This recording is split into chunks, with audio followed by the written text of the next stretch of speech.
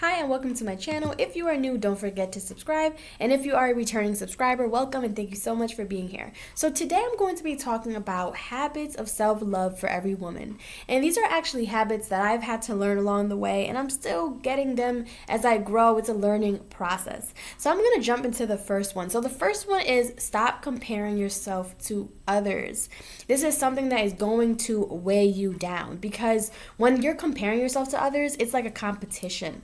And like talking from personal experience, being too worried about friends or family or where they're at and then comparing like, oh, they're here, I should have been there, and all these things, you're just weighing yourself down and you're just putting out a lot of negative energy. You want to shift your energy and free yourself, okay? So when you stop comparing yourself to others, you're pretty much saying, I know what I have, I know my worth, and I'm happy of where I am. And I might not be exactly where I want to be, but I know that I'm heading there with small steps.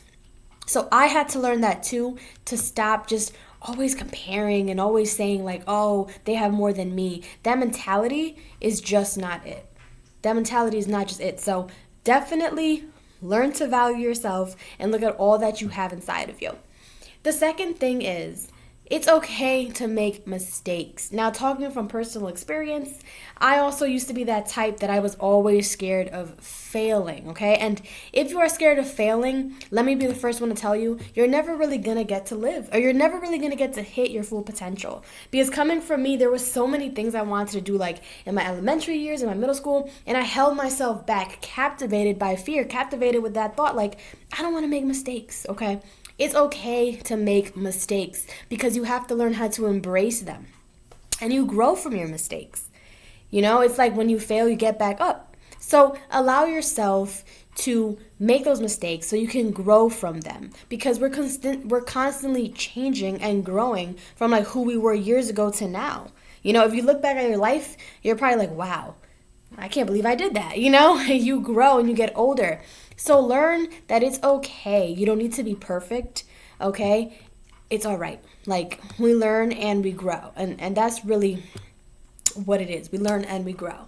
Number 3, I want to say this, but I want to word it right. So it's okay to care about your appearance, but your self-worth doesn't lie on your body, if that makes sense. Now, what I'm saying is the same thing. We're constantly reminded of models, of how our body should be, especially women, right? Like we have this constant idea that like we need to have an ideal body, you know, if they have all these diets and things like that. And sometimes we can look at our body and be like, oh, I just don't hit the standard.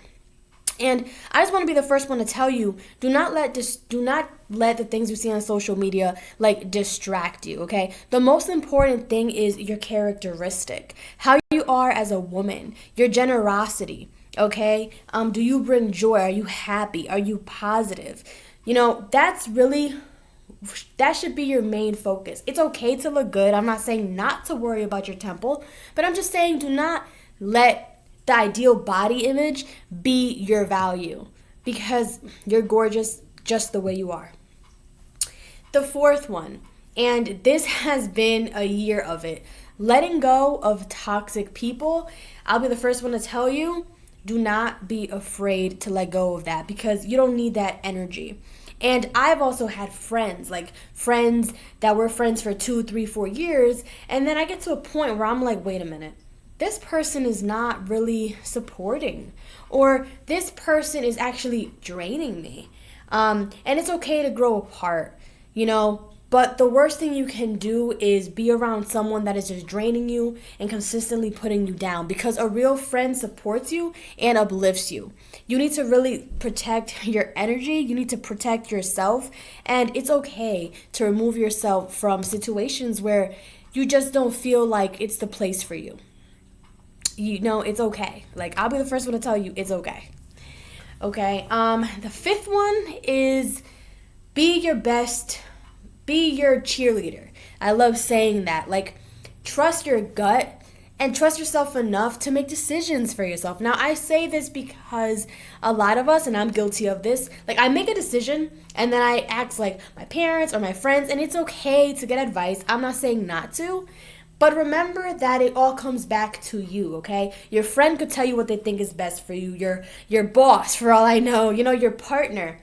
But only you really know what path you should be taking, okay? So definitely know that if you can't trust yourself, how are you going to trust yourself with making decisions for your kids, for making decisions for the right partner, for the right job? So learn how to trust yourself. And if you don't trust yourself, learn how to before you go seeking anything else, okay?